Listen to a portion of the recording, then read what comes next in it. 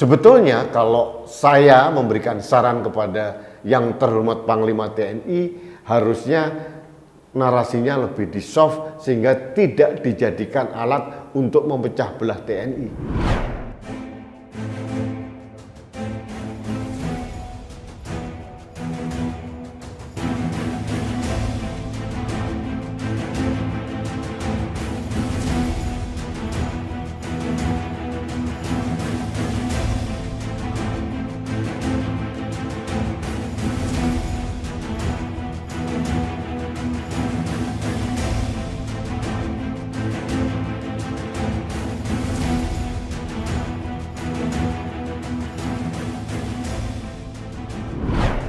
Halo sahabat Indonesia, kita bertemu lagi dalam Opini Rudi.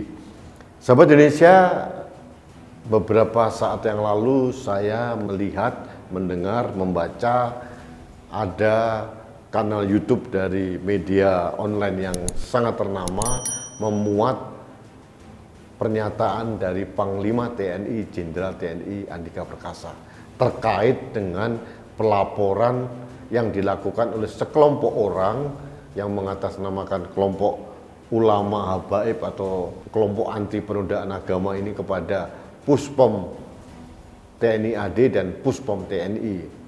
Ini laporan tertulis terkait dengan pernyataan dari Jenderal TNI Dudung Abdurrahman.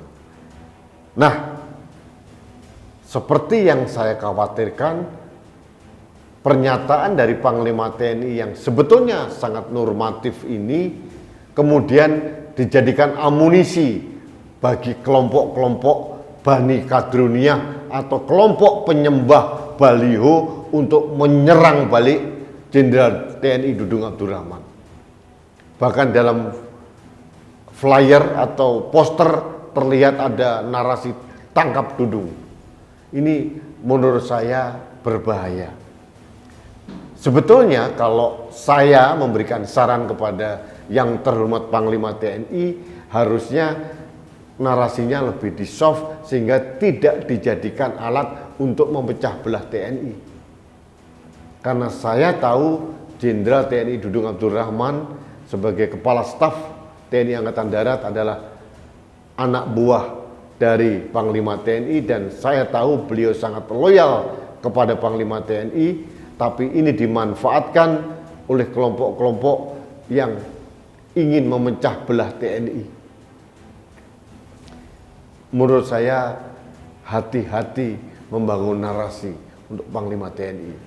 Meskipun saya mengerti ini adalah respon dari pertanyaan wartawan dan disampaikan juga secara normatif karena hasilnya juga belum ada, tapi mungkin selayaknya ini diserahkan saja kepada yang bersangkutan, Puspom, baik TNI AD maupun TNI, jadi tidak perlu Panglima TNI memberikan komentar. Menurut saya begitu. Supaya apa? Supaya tidak dijadikan amunisi bagi kelompok-kelompok kadrun ini untuk menyerang balik Kepala Staf TNI AD. Dan ini ada upaya keras seperti yang pernah saya sampaikan terdahulu, ada upaya dari mereka untuk memecah belah atau mengadu domba di internal perwira tinggi TNI. Ini yang kita sayangkan dan mudah-mudahan ini tidak terjadi. Karena menurut saya saat ini soliditas TNI cukup bagus di bawah kepemimpinan Jenderal Andika. Jangan mau lagi dipecah belah atau kita memberikan ruang atau peluang pada siapapun untuk memecah belah TNI. Ini yang saya sayangkan. Dan seharusnya pimpinan TNI juga mewaspadai bahwa selama ini pernyataan Jenderal TNI Dudung Abdurrahman tidak ada respon negatif dari Majelis Ulama Indonesia, dari ulama-ulama besar, dari PBNU, dari Muhammadiyah, tidak ada apa-apa. Hanya kelompok-kelompok tertentu yang dalam hal ini adalah kelompok dari pecinta Rizik Syihab atau kelompoknya Rizik Syihab atau ex-FPI atau sekarang bergabung jadi Front Persaudaraan Islam yang sangat dendam kesumat terhadap Jenderal TNI Dudung Abdurrahman. Ini tidak semata-mata karena narasinya Jenderal Dudung, karena menurut saya tidak ada yang dilecehkan atau didondai dari pernyataan dari Jenderal Dudung. Tapi ini adalah dendam dari keberanian Jenderal Dudung untuk menurunkan baliho Rizik Syihab bulan November tahun 2020 yang lalu. Dan ini selalu terus berkepanjangan dinarasikan dan mereka selalu mencari peluang untuk menyerang Jenderal Dudung.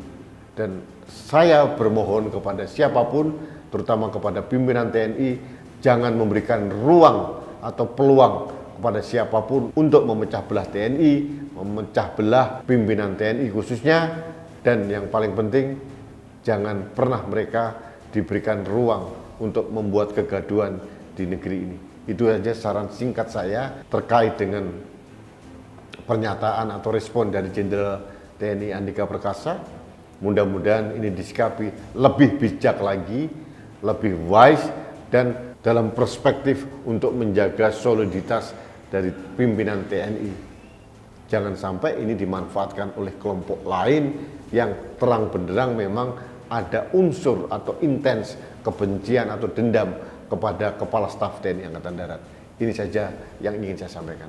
Terima kasih sahabat Indonesia, Anda mengikuti opini saya.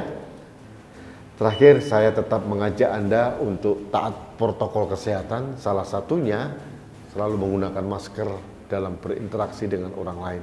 Karena masker saya melindungi Anda, masker Anda melindungi saya, masker kita melindungi Indonesia. Salam satu Indonesia, salam budaya Nusantara, salam toleransi, salam sehat untuk Indonesia. Saya Rudi SK Muri.